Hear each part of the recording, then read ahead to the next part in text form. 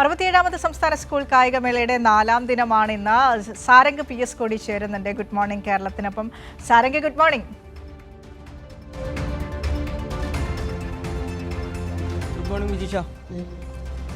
മഴയാണോ വില്ലൻ? സംസ്ഥാന സ്കൂൾ കായികമേളയിലെ പല ഐറ്റംസിനൊപ്പം വിദ്യാർത്ഥികളുടെ ആവേശത്തിനൊപ്പം മഴയും നല്ല ആവേശം നൽകുന്നുണ്ട്. ഇന്ന് രാവിലെ മഴയായിരുന്നു തിരുവനന്തപുരത്ത്. ഇപ്പോൾ ഒരു മഴ മാറി നിൽക്കുന്നുണ്ടെങ്കിൽ പോലും മത്സരങ്ങളെ ഏതെങ്കിലും രീതിയിൽ മഴ ബാധിക്കുന്നുണ്ടോ സാരംഗ്? ഒപ്പം ഇന്ന് ഏതൊക്കെ മത്സരങ്ങളാണ് ആളുകൾ ആവേശകരമായി കാത്തിരിക്കുന്ന മത്സരങ്ങൾ? അത്ലറ്റിക്സിലെ മത്സരങ്ങളൊക്കെ ഏത് രീതിയിലാണ് പുരോഗമിക്കുന്നത്? വിജിഷ, കഴിഞ്ഞ ദിവസം മുതൽ തന്നെ മഴ ഉണ്ടായിരുന്നു. കഴിഞ്ഞ ദിവസം അത്ലറ്റിക് മത്സരങ്ങൾക്കിടയിൽ ഉച്ച മുതൽ മഴ ഉണ്ടായിരുന്നെങ്കിൽ പോലും ആ മഴ നടക്കുന്ന വേളയിൽ മത്സരങ്ങൾ അല്പം സമയം മാറ്റിവെക്കുക അല്ലെങ്കിൽ മാറ്റിവെച്ചിരുന്നെങ്കിൽ പോലും അതിനുശേഷം മത്സരങ്ങൾ കൃത്യമായിട്ട് തന്നെ ആവേശകരമായി തന്നെ തുടർന്നു. ഇന്ന് രാവിലെ ഇത്തരത്തിൽ അത്ലറ്റിക്സ് ആരംഭിച്ചപ്പോൾ രാവിലെയും ചെറുതായിട്ട് മഴ ഉണ്ടായിരുന്നെങ്കിൽ പോലും ഇതുവരെ മഴയില്ല. മഴ വിട്ടു നിൽക്കുന്ന സാഹചര്യമാണ്. എന്തിനായാലും മത്സരങ്ങളൊക്കെ അതിഗംഭീരമായിട്ട് തന്നെ പുരോഗമിച്ചുകൊണ്ടിരിക്കുകയാണ്. ഇന്ന് 4ാം ദിവസമാണ്. ഈ 4ാം ദിവസം പിന്നിടുമ്പോൾ തലസ്ഥാന നഗരിയാണ്, അതായത് തിരുവനന്തപുരമാണ് ഏറ്റവും മുൻപന്തിയിൽ നിൽക്കുന്നത്.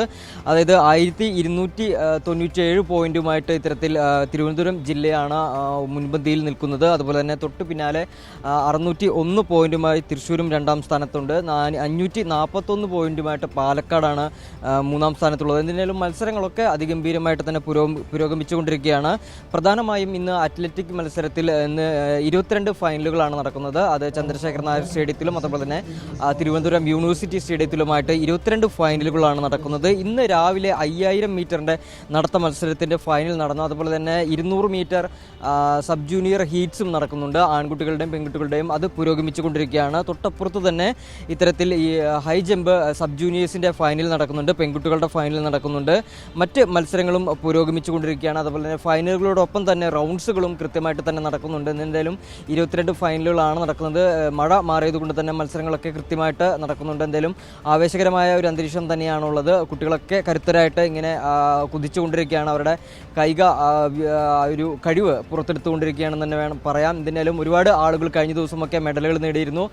2 ഇരട്ട മെഡലുകൾ നേടിയ കുട്ടികളെയും അതുപോലെ തന്നെ ഈ ഡിസ്ക് ത്രോയിൽ ഉൾപ്പെടെ വലിയ 7 വർഷത്തെ പഴക്കമുള്ള റെക്കോർഡ് ഉൾപ്പെടെ ഭേദിച്ചുകൊണ്ടുള്ള വിജയങ്ങളാണ് വരുന്നത്. അതുപോലെ തന്നെ സ്വർണം, അതായത് എല്ലാ ഫൈനലിലും സ്വർണം നേടുന്നതോടൊപ്പം തന്നെ കൂടുതൽ കുട്ടികൾ ഇത്തരത്തിൽ പല റെക്കോർഡുകളും മുന്നേ സംസ്ഥാനത്ത് നേടിയിട്ടുള്ള സ്കൂൾ കായികമേളയിൽ നേടിയിട്ടുള്ള റെക്കോർഡുകളൊക്കെ തന്നെ, അതായത് വർഷങ്ങളോളം പഴക്കമുള്ള റെക്കോർഡുകളൊക്കെ തന്നെ ഭേദിച്ചുകൊണ്ട് കരുത്തരായിട്ടാണ് കുട്ടികൾ മുന്നേറുന്നത്. എന്തിനാലും ഇവിടെ സ്റ്റേഡിയത്തിൽ വിശേഷങ്ങൾ, വലിയ രീതിയിലുള്ള വിശേഷങ്ങളാണ് ഇപ്പോൾ നടക്കുന്നത്.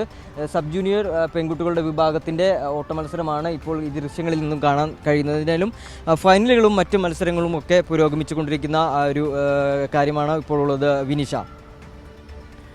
ശരി, ഏതായാലും കൗമാരക്കുതിപ്പ് എന്ന് അത് വളരെ ആവേശത്തിൽ ട്രാക്കൊക്കെ രാവിലെ തന്നെ ഉണർന്നു കഴിഞ്ഞു. ഇന്ന് അത്ലറ്റിക്സിൽ 22 മത്സരങ്ങളുടെ ഫൈനൽ മത്സരങ്ങളാണ് ഉള്ളത്. അപ്പോൾ നിരവധി മത്സരങ്ങളിലൂടെ കായികമേള ഇങ്ങനെ പുരോഗമിച്ചുകൊണ്ടിരിക്കുകയാണ്. ഈ വർഷത്തെ കായികമേളയെക്കുറിച്ച് നമ്മൾ എടുത്തു പറയേണ്ടതില്ലല്ലോ. കേരള ഒളിമ്പിക്സ് രീതിയിലാണ് ഇത്തവണത്തെ കായികമേള. അപ്പോൾ കൂടുതൽ ആവേശവും ഉഷാറുമാണ് നമ്മുടെ കുഞ്ഞുങ്ങൾക്കെല്ലാം.